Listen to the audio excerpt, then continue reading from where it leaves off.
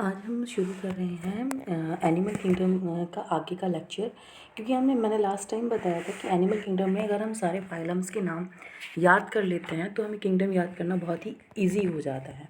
हम बहुत आसानी से एनिमल किंगडम को बहुत ही आसानी से याद कर सकते हैं। मैंने लास्ट टाइम बताया था कि हमें किस तरीके से सारे फाइलम्स को याद करना है। बेसिक अब हम देखते हैं कि हमारा जो क्लासिफिकेशन है उसके क्या क्या बेसिस रहे थे, मतलब हमने किस किस कैटेगरी के हिसाब से हमने अपनी एनिमल किंगडम को क्लासीफाई किया है, हमने क्या बेसिस लिए थे। तो हमारा फर्स्ट बेसिस जो होता है वो अरेंजमेंट ऑफ द सेल्स होता है। हमारी सेल्स किस तरीके से अरेंज होती हैं, मतलब किस तरीके से उनका संगठन हुआ है, इस चीज़ को हमने यहाँ पर दिखा गया है, जिसको हम फर्स्ट क्राइटेरिया लेते हैं अरेंजमेंट ऑफ द सेल्स।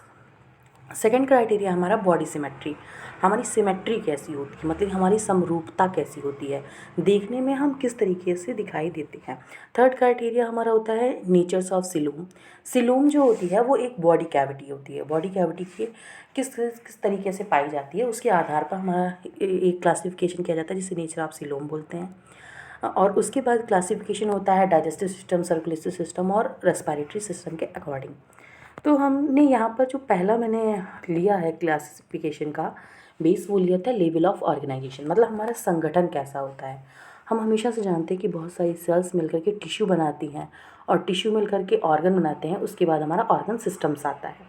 तो किस किस तरीके से किस फाइलम में कौन सा लेवल ऑफ ऑर्गेनाइजेशन पाया जाता है, उसको बहुत शॉर्ट ट्रिक में यहाँ पर मैंने लिखा है कि सेलुलर लेवल ऑफ ऑर्गेनाइजेशन जो होता है वो स्पंज में पाया जाता है, मतलब स्पंज में सिर्फ सेल्स पाई जाती हैं। उसके बाद में हमारा आता है जब बहुत सारी सेल्स आपस में मिल जाती हैं तो टिश्यू बनाते हैं। टिश्यू लेवल ऑर्गेनाइजेशन बनता है हमारा सिलेंट्रेटा में। सिलेंट्रेटा और टीटोफोरा में हमारा टिश्यू लेवल ऑर्गेनाइजेशन पाया जाता है। उसके बाद जब बहुत सारे टिश्यूज़ मिलते हैं तो वो एक ऑर्गन बनाते हैं।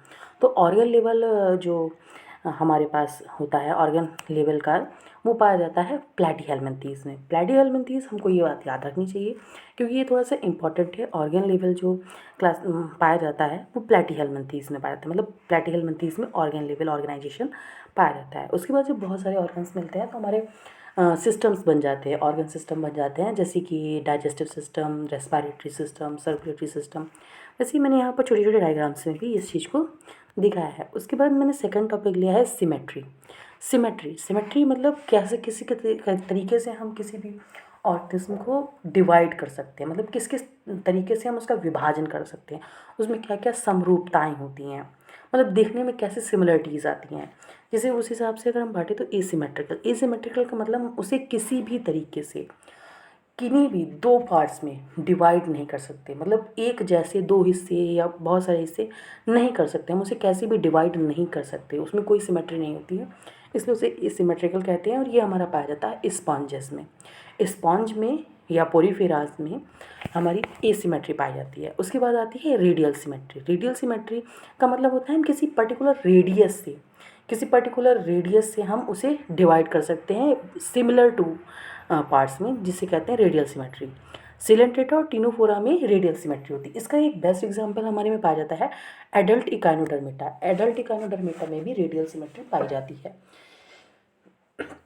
उसके बाद आता है बाइलेटरल सिमेट्री। इसमें किसी एक ही एक्सिस के अकॉर्डिंग हम मतलब ऑर्गेनिज्म को दो बराबर हिस्सों में बांट सकते हैं किसी पर्टिकुलर एक ही एक्सिस से, जिसमें जिसमें टीनोफोरा, स्पंज और सिलेंट्रेटा को छोड़कर जितने भी हमारे पास फाइलम्स पाए जाते हैं वो हमारे आ जाते हैं बायलैटरल सिमेट्री में, जिसमें हम एक हमारे पास इंपॉर्टेंट चीज़ है larva of the Echinodermata. Echinodermata का लार्वा जो होता है वो बायलैटरल सिमेट्री शो करता है।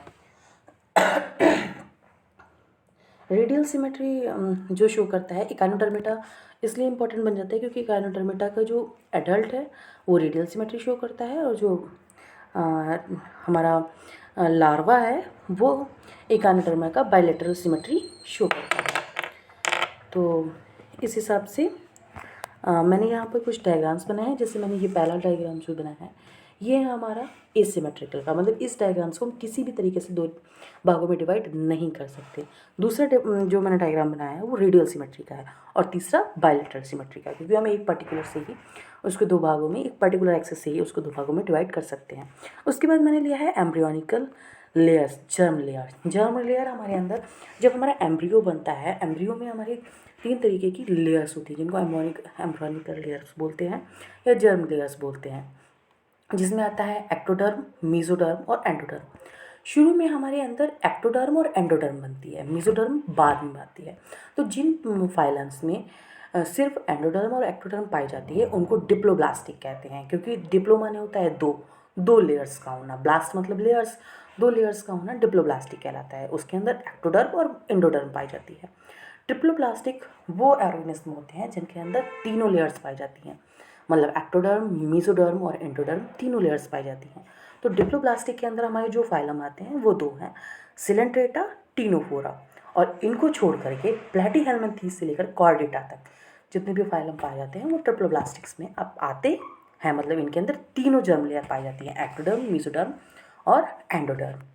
उसके बाद हमारा नेक्स्ट बेसिस है क्लासिफिकेशन का सीलोम। सीलोम क्या होती है? कैविटी जो प्रेजेंट होती है between body wall and gut wall, मतलब हमारी बॉडी वॉल और गट वॉल के बीच में जो कैविटी होती है उसको सीलोम बोलते हैं। लेकिन सीलोम के लिए एक चीज़ बहुत स्पेसिफिक है कि उसी मेसोडर्म, मतलब मेसोडर्म से लाइंड होनी चाहिए। सीलोम की जो आउटर कवरिंग होती है वो मेसोडर्मल ही होनी चाहिए। सीलोम के प्रेजेंस अब्सेंस के अकॉर्डिंग हम इसको 3 भाग में डिवाइड करते हैं, मतलब एसिलोमेटा, स्यूडोसिलोमेटा और सिलोमेट्स। एसिलोमेट्स, स्यूडोसिलोमेट और सिलोमेट। एसिलोमेट्स में सिलोम अब्सेंट होती है, मैंने माइनस का चिन्ह बताया है अब्सेंट को लेकर के और प्लस का चिन्ह लगाया है प्रेजेंट को लेकर के, जिसे हम एक छोटे शॉर्ट नोट्स में ही मतलब याद कर सकते हैं। एसिलोमेट मतलब coelom absent, Porifera, Coelenterata. Porifera और सिलेंट्रेटा, टीनोफोरा, प्लैटीहेल्मिन्थीस, ये एग्जाम्पल है एसिलोमेट के। पोरीफेरा, सिलेंट्रेटा, टीनोफोरा और प्लैटीहेल्मिन्थीस एसिलोमेट के एग्जाम्पल हैं। सीडोसिलोमेट्स ऐसा होता है कि मेसोडर्म जो प्रेजेंट होती है वो स्कैटर्ड होती है, मतलब जगह जगह पर पाउच के फॉर्म में प्रेजेंट होती है। और ये हमारा एक बहुत ही अच्छा एग्जाम्पल है, इसको याद भी करना चाहिए, एस्केलमेंथीज। एस्केलमेंथीज एक ऐसा फाइलम है जिसके अंदर स्यूडोसिलोमेट्स पाई जाती है। उसके बाद सिलोमेट्स जो एनालिडा टू कॉर्डेटा जितनी भी फाइलम्स हैं उन सब वो सारे सिलोमेट्स होते हैं, मतलब उनमें ट्रू सिलोम प्रेजेंट होती है, इसीलिए उन्हें सिलोमेट्स कहते हैं।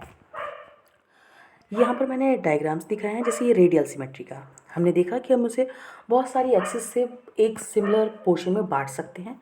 उसके बाद मैंने दूसरा डायग्राम दिखाया है बायलैटरल सिमेट्री का, इसमें हम पर्टिकुलर एक ही एक्सिस से इसे बराबर 2 हिस्सों में बांटा जा सकता है। यहाँ पर मैंने सारी मतलब जो हमारी जर्म लेयर है उनके विषय में बताया है। जैसे इस जहाँ पर देखिए पहला जो डायग्राम है, डायग्राम ए, वो है डिप्लोब्लास्टिक का। डिप्लोब्लास्टिक में एंडोडर्म और एक्टोडर्म पाई जा रही है। मेसोडर्म की जगह पर मेसोगिलिया पाया जा रहा है। मेसोगिलिया पाया जा रहा है मतलब कि वहाँ पर एक टिश्यूज़ भरे हुए हैं। और जब हम मतलब हम दूसरा देखते हैं, बीट डायग्राम्स देखते हैं, तो उसका मतलब है ट्रिप्लोब्लास्ट। इसमें तीनों जर्म लेयर प्रेजेंट होती हैं, एक्टोडर्म भी, एंडोडर्म भी और उन दोनों के बीच में मेसोडर्म। और डिप्लोब्लास्ट में मेसोडर्म की जगह मेसोगिलिया पाया जाता है। उसके बाद यहाँ पर मैंने सिलोम को लेकर के दिखाया है डायग्राम, जैसे कि ये हमारी सबसे आउटर जो है और मिडिल में जो कैविटी पाई जा रही है, मतलब बॉडी वॉल और गट वॉल के बीच में जो कैविटी पाई जा रही है उसको सिलोम कहते हैं। मैंने दोनों तरफ से दिखाया है कि वो मेसोडर्मली दोनों तरफ से कवर होती है, मतलब गट वॉल के बाहर भी मेसोडर्म की लेयर होती है और बॉडी वॉल के बाहर भी मेसोडर्म की लेयर होती है, उसके बीच में जो कैविटी पाई जाती है उसको कहते हैं सीलोम। यहाँ पर स्यूडोसिलोमेट जो आता है, स्यूडोसिलोमेट जो हमारा एस्केलमेंथीज में है, देखिए इसमें सिलोम जो है पाई जा रही है बट एक पाउचेस के फॉर्म में। लेकिन जो हम यहाँ पर लास्ट में देखते हैं मतलब जो हम लास्ट में देख रहे हैं उसमें एसिलोमेट है, मतलब हमारी कोई भी कैविटी नहीं पाई जा रही है, इसीलिए इसको एसिलोमेट कहते हैं। इस प्रकार से हमारा पूरा चैप्टर कंप्लीट होता है और हमने आज पढ़ लिए हैं basis of classification animal kingdom के। Thank you.